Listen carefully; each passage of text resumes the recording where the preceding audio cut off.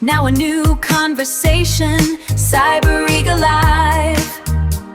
Building digital trust is how we thrive. Navigate risk, enable trust. Build resilience for future Cyberegalive. Hi there. Thanks everyone for watching the fourth episode of Digital Trust Decoded series on my YouTube channel Cyberegalive, where we went through various perspectives around board security governance and what it means in the AI era. And welcome today to this fifth episode titled Third Party Risk, the Three-Layer Threat. Happy viewing. Third party breaches, they rarely start with the primary target.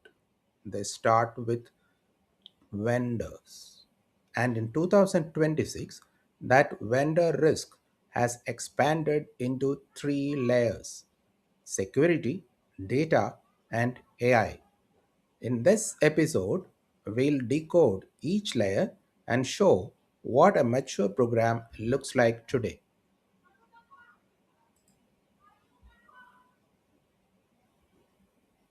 If we look at the high profile supply chain breaches in recent years, let's take three of the breaches.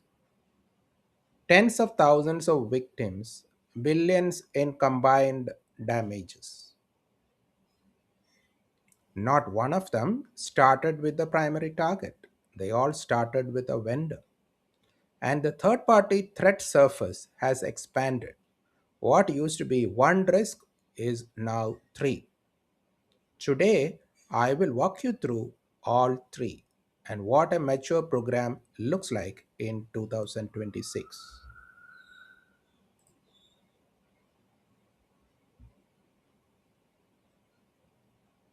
There are three layers over here. One, the security risk. Can this vendor be compromised in a way that reaches my systems or data? The one question most vendor questioners try to answer. Layer 2, data risk. What personal or sensitive data does this vendor hold, process, or transfer? Under which jurisdiction? If your vendor processes personal data of Indian residents, your DPDP obligations do not stop at the contract.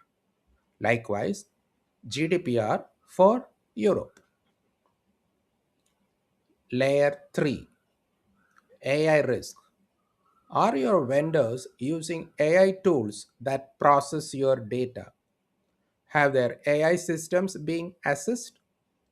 Do your contracts address AI driven processing of your information? Most vendor programs do not ask these questions yet, and that itself is a risk.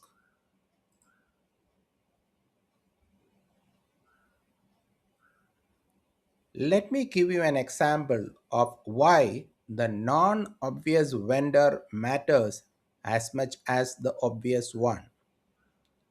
In a documented retail sector breach, attackers compromised credentials belonging to a building maintenance contractor, not a technology vendor, a building maintenance company giving network access for remote monitoring of refrigeration units.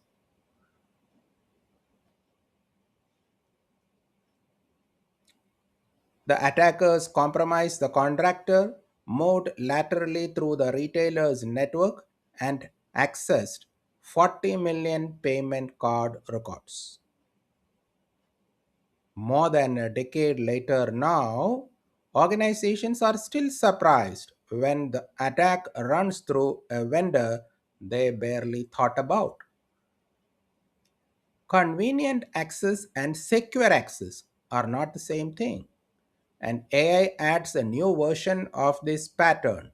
Vendors using AI tools to process your data without your knowledge.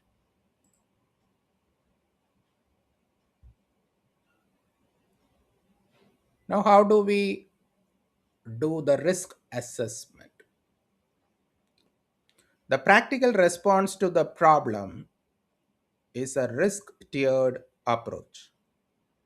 Tier 1, critical, full 3-layer assessment annually, contractual audit rights, breach notification obligations, continuous monitoring. Tier 2, important, structured questionnaire covering all 3 layers, annual review. Tier 3, standard, self certification acceptable, reviews triggered by scope changes or incidents. And the critical discipline in this whole thing is to keep that tier assignments current. They're never static. Say, for example, a tier 3 vendor given a new API integration may become tier 1 overnight.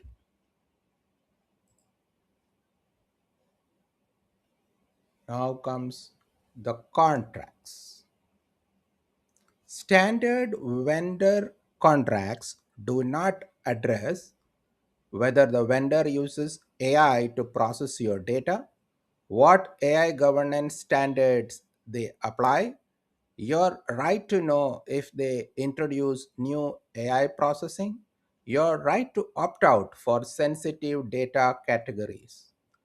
As you review or renew contracts, these clauses are now live compliance requirements under various regulatory regimes like DPDP and GDPR, not optional additions.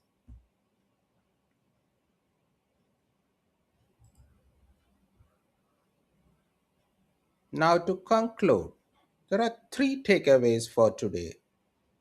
Assess all 3 layers, tier your vendors, update your contracts for AI risk.